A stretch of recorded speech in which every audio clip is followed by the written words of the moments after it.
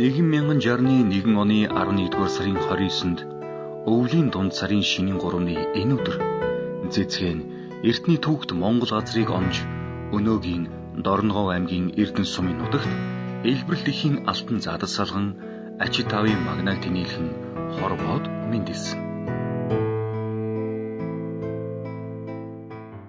Ээж аав хоёр маань нэг нь бол ээж маань бол Арангаа аймгийн Жаргалан сумын гаралтай, аав маань бол Сэлэнг аймгийн Орхон сумын харьяатай ийм залуучууд одоо цэл залуу наснда одоо 60 оны үед одоо зам ангид ажиллагаар Дорноговт одоо очиж ирсэн юм лээ. Тэгээд би Дорногов аймагт мэндэлсэн. Цэцгэн булган сүүл ачуулан араас 5 охин дүү дагуулan айлын ууган охин болов. Ээж аав маань 6 сайхан охин төрүүлж өсгсөн байгаа. Тэрний хамгийн ууган охин болж төрсөндөө одоо баярлж авдаг. За миний амьдралдаа мэдээж хэрэг хамгийн одоо түрүүнд хөндлөж явах хүн маань бол миний ээж аав хоёр. Тэ энэ бол одоо хаач минийг одоо станаар ийм сайхан зөв хүн болгон хүмүүжүүлж энэ сайхан ажил мэргэжлийг одоо эзэмшиж цаашаага ингээд ажил хөдөлмөрлөх хамгийн гол амиг зааж өгсөн улсууд бол миний ээж хоёр байгаа юм. За тэгээд ээжээ аав маань айхтар том алдар гавьяатай улсууд биш ч гэсэн эгэлж ирээн сайхан даруухан миний аав бол үнэхээр сайхан хангааш өтгчтэй, огтудаа хайртай, зөв хүмүүжүүлдэг тийм сайхан аав маань байсан юм байгаа. Тэгээд гурав дахь хүн бол мэдээж хэрэг энэ сайхан одоо юугийн маань ажил мэргэжлийг нь эзэмшиж одоо юу яхад одоо гол тушиг тулгуур болж исэн одоо ангаахын багш маань тий одоо миний багш бол одоо гавьяат багш дугур сөрөн гэж хүн байсан. Эднэрээрээ бол би маш их бахархаж авдаг да. Ийм сайхан бол би шав болсон да. Борив тэнийн үсч бодлын түлхүүр ургахын түүчээр боловсрал мэдлэг эзэмшин 1970 оноос 1980 оны хооронд Төв аймгийн Ухтаал Цайдан суманд дунд сургуульд үргэж улмаар 1980-аас 82 онд Дорногов аймгийн Анагаах ухааны дунд сургуулийг соёлын мэргэжлэр төгсөөд Анагаах ухааны дээд сургууль одоогийн Анагаахын шинжлэх ухааны үндэсний их сургуульд урилгаар дэвшин хүн амын эрүүл мэндийг сахин хамгаалах их үйлсэд суралцж насан туршдаа дуурсагдах нандин эрдмийг эзэмшин 1988 онд өссөн нутаг болох Төв аймгийн Ухтаал Цайдан суманда мэргэжлэрээ ажиллаж өөрийн сэтгэл зүрх хоёроо эзэмшсэн эмч мэргэжилтэд зориулан хөдөлмөрийн гараагаа эхэлж байжээ.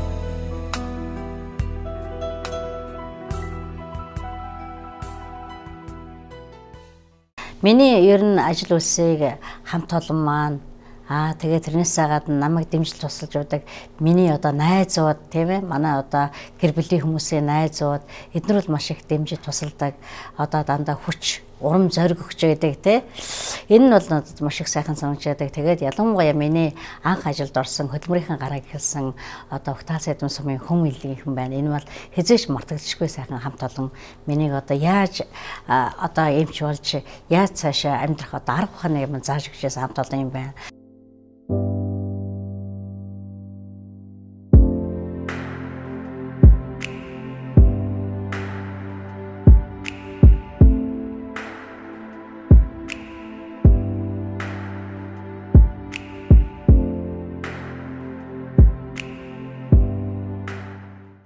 За би 1988 онд Анагаах ухааны их сургуулийн их үний хэмжээр төгссөн. За тэрээс өмнө Анагаах ухааны дунд сургуулийг төгссөн. Тэгээд Анагаах ухааны их сургуулийн урилгаар ороод ингээд Анагаах ухааны их сургуулийг 1988 онд төгсөж ирээд тэгээд 1989 онд өөрийн хань одоо яг манай Ухтаал сумын уугуул ангийн маань хүүхэд алтан зултай одоо гэр бүл болоод ингээд өрх гэрээ одоо тусгаарлаж ирсэн ба. 1989 онд Халтрын хүү алтан зултай гэр бүл болж 3 хүүхэд төрүүлжүүлсэн халамжид хань үр хүүхдийнхээ элбэрлдэх амьдрал орших хос багнуулж гэр бүлийн хайр инэрлийг өдийгөөс төдий хүртэл хүртээж яваа энгийн сайхан Монгол эмэгтэй.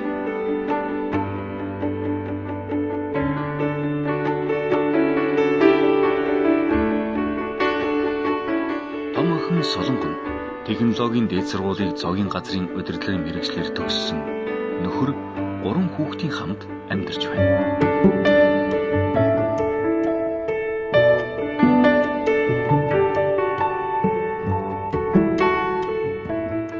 Дунд хүн төгөлдөр нь шинжлэх ухаан технологийн сургуулийн хүнсний технологич мэргэжлэр төгссөн. Ээжийнхээ мэргэжлийг өвлөн авч анагаахын шинжлэх ухааны үндэсний сургуульд уламжлалт анагаах ухааны чиглэлээр суралцж байна. За сайн байцгаана уу? Намайг одоо төгөлдөр гэдэг энэ айлын 2 дахь хүүхэд нь одоо айлын том хүн байна. За өнөөдөр бас ээж маань баярт үйл явдал тохиолдож байгаа учраас ээжийнхэн талаар бас тэгдлийг ярилцсан зүйтэй байх. Тэгэхээр миний хувьд бол өөрийгөө танилцуулахдаа бол хамгийн түрүүнд ээж аав хоёроо танилцуулдаг. За миний ээж, миний аав одоо ийм мэргэжил, ээж ийм амьдралын замыг туулсан гэл. Тэгээд одоо эрхэлж байгаа ажил мэргэжил суралцж байгаатай холбоотойгоор бол илүү хүн бол бас аав ээжийнхэн тухай ярьдаг. Гэхдээ аавынхаа тухай бол бичлэгүүд одоо бичвэрүү зөндөл оруулдаг л да тий. Тэгээ миний хүү маань бол их онцлогтой намайг нөгөө анагаах ухааны их сургуулийн одоо суралцаад их хэмж болох хичээл маань хүү маань одоо олдож ингээд надтай цаг одоо их сургуулийн хичээлийг үзэж ингэж яг бүх миний шалгалт шүүлэг дуусаад маргааш нь одоо төрж исэн юм хүүхдтэйгээ. Тэгээд ээжийнхэн тухай ярихад хамгийн түрүүнд би бол ээжийнхэн одоо суралцж байгаа анагаах ухааны их сургууль одоо тухайн үеийн анагаах ухааны дээд сургуулийг төгсөх жил нь бол би өөрөө төрж исэн. За тэгээд ээжтэй маш их хайртай шүү. Тэгээд одоо олон хүмүүс тусыг хүргэж таныхаа ачийг ээж аваарынхаа ачийг хариулнаа гэж үүн одоо дотроо бодож бяцлахаж явдаг. Эмгүүгээр эрүүлж их анагаах ухаан болох йогийн багшаар ажиллаж эрдэнэт хүмүүсийн эрүүл амьдрах ухаанд чиглүүлэн багшилж байна.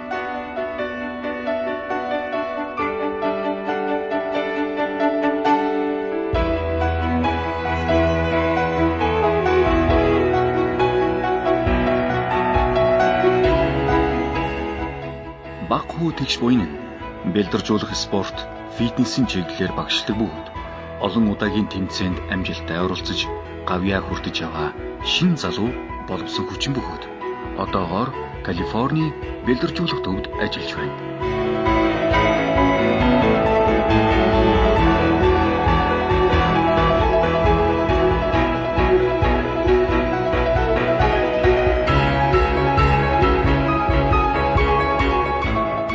Ер нь ямар ч хүн амьдралын ямар ч зовлон бэрхшээл жаргал зовлон тохиолдож байсан тэр дотор бол гэр бүлийн хайр тийм ээ бие биенээ хайрлах хайр гэдэг бол одоо маш их агуу зүйл байдаг. Өнөөдөр миний нөхөр, миний үр хүүхдүүд миний ажилд мэргэжлийг дэмжиж одоо тухайн үедээ ингээд тусалж дэмжиж явж байгаагүй бол бас энэ одоо амжилтанд хүрэхэд хүрээч үгүй тэгэхээр бол ер нь хүний хайны ижил гэдэг бол маш их агуу байдаг. Зөвөр ойлгох, дэмжих, туслах. Тэгээд дандаа одоо сайхныг өрөөж байх энэ төр бол одоо хамгийн сайхан л гэж бодож байгаа юм. Тийм учраас л ер нь хүн одоо залуучуудтай хандаж хэлэхэд бол хань ижлээ маш сайн сонгох өөрсөндөө амьдрал ах байд эргээд одоо бидний одоо түшиг тулгуур хамгийн гол юм бол амьдралын чинь хань шүү. Энэ л бидний хамгийн гоё үн цэнтэй юм шүү гэдгийг л одоо захиж хэлэх юм санагдав.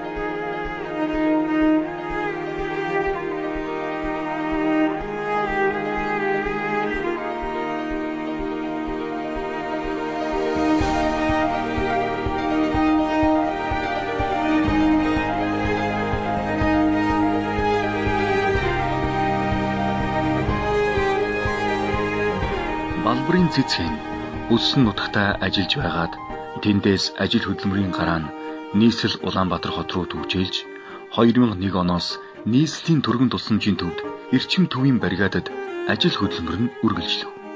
Ер нь эмчхүн гэдэг чинь маш их стресс одоогийнхоо урд стресстэй ажил шүү дээ тийм ээ. Тэгтээ юу одоо хямрал талаасаа илүү баяр жаргалтай тал нь хүнээс урам сонсох тал нь илүү сайхан байдаг л да. Дөнгөж эмч болж ирчгээд одоо тэр чин эмч болоод нэг 2 жил болж яснаа бас л залуухан эмч байсан да. Хөдөө орнуудад дөнгөж ирчихсэн байжсэн. Тэгсэн чин дөнгөж 1 сартай хүүхэд ухаангүйгээд орж ирсэн. Тэр хүүхэд маань өмнө бас нэг сар одоо төрөөд сар болох хугацаанд ингээд хотын эмнэлгүүдээр зөндөө явчихсан тархины даралттай харалттай гээд тэгээд тийм хүүхэд орж ирсэн. Тэгээд хүүхдийн маань бие байдал айгүй хүн татцсан байнга таталтын байдалд орж ирээд тэгээд тэр үед одоо яах вэ одоо энэ хүүхдийг яаж одоо өчнөө хотын эмнэлгүүдээр нааш цаашаа явчихсан буцаад хүнийг одоо дахиад хотынхаа эмнэлэг рүү дахиад яв гэх хэлэх ирэх байхгүй. Тухайн үед тэр хүүхдийг ямар ч гэсэн таталтын зогсоож зүрх судасныхын үйл ажиллагааг дэмжиж амьсгалын хэвэн болгох ёстой одоо байдаг. Хөдөөний эмчд бол одоо би чадахгүй одоо би тийм юмны эмч бишээ тийшээ явах хэрэг байдгүй шүү дээ. Ерөөсө бүхэл юмтаа одоо ингэж зэрэг болдог. Тэгээд тэр охин маань биеийн байдлын хүнд байсан. Тэгээд эмчилгээ хийгээд ерөөсөө сайхан яаж өгөхгүй хүүхэд маань сэргэж өгөхгүй ухаангүй одоо кома байдалтай. Тэгээс үлдээ хэцэг нь бол одоо 2 хонсон 3 хонсон. За бидний хувьд бол одоо найдлага таслалаа эмчээ. Одоо та өөрөө ямар л эмчилгээ вэ тэрийг биднэрт гомдох юм байхгүй гэд. Ингээд хүүхдээ орхиод гарч ирсэн. Тэгээд тэр үед бол ерөөсөө яах одоо тэр хүүхдийг аврах юу байсан бэ гэхээр нугасны усыг авч тэр хүүхдийн тархины даралтыг багасгаж одоо амин хэрэгтнийх нь үйл ажиллагааг сэргийх ийм л юм үлдээд байсан. Тэгээд тухайн үед бол одоо нугасны ус авна гэдгийг хөдөөнийхөө ойлгодгүй. Нугасны ус авах юм бол одоо хүүхд маань эсвэл өхөн эсвэл тахирдтуу болно болохгүй гэдэг тийм ойлголттой байсан. Тэгээд энэ байдлыг л ээж аавд нь хэлж ойлгуулсан. Одоо хотынхаа аймгийнхаа эмчээс зөвлөгөө авсан.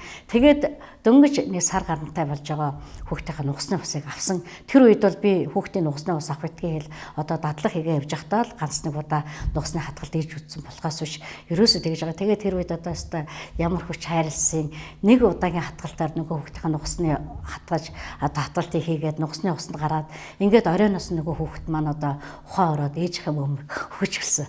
За тэр үед өстой үнэхээр гайхамшигтай. Тэгээ ээж эмчээ одоо хүүхд маань ийм сайхан болсон шүү. Одоо ингээд 20 настай хөө айгуу сайхан том болчихсон ээж аваа баярлуудаж явж байгаа. Энэ л одоо эмчүүдийн баяр жаргал да. Энэ сайх байдгийг уучлаарай сэтгэлээ чадсангүй.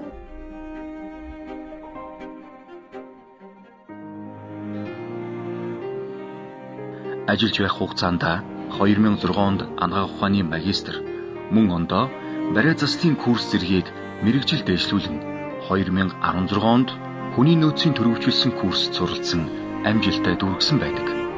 Нийслэлийн түргэн тусламжийн төвд өдий 2018 он хүртэл тасралтгүй ажиллаж өөрийн оюун ухаан мэдлэг мэргэжил итгэл зүтгэлээрээ ажилласаар гавьяаныхаа амралтанд гарсан билээ. Хүн амын эрүүл мэндийг сахин хамгаалах ариун үйлсэд нь гавьяа шагнал тасарсангүй. 1992 он 1994 онд сумын аврах эмч, 1996 онд эрүүлийг хамгаалах хүндэт жуух, 2005 онд нийслэлийн эрүүл мэндийг дэмжих гэрчлэлээ, 2007 онд Монголын улаан загалмай нийгэмлэгийн тэргүүний ажилтан зол, 2008 онд шилдэгс хэд медаль, 2010 онд нийслэлийн эрүүл мэндийн тэргүүний цол тэмдэглэр, 2013 онд сумын онцлог хүн өргөмжлөл. Энэ их ариун хичээл зүтгэлийг нь улс өндөр өргөмж, төрийн дээд шагнал алтан гац содонгоор шагнав.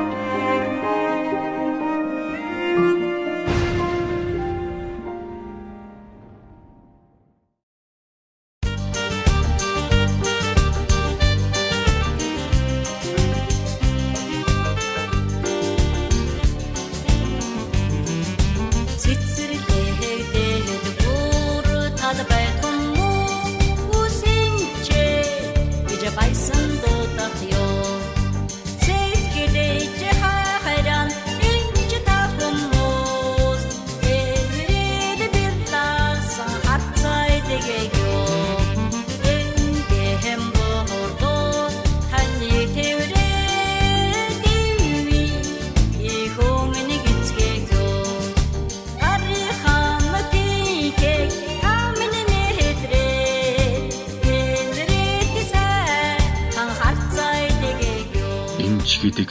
ховор мэрэгжлийг эзэмссэнийг тэв дэлхийд алдарн гайхагддаг. Алтан чагнуурт эмч таныг түүх шаштерт мөнхлөн дээдлэгдсэн эмч та. Үлэн дундуур цаага сумшиг зүсэн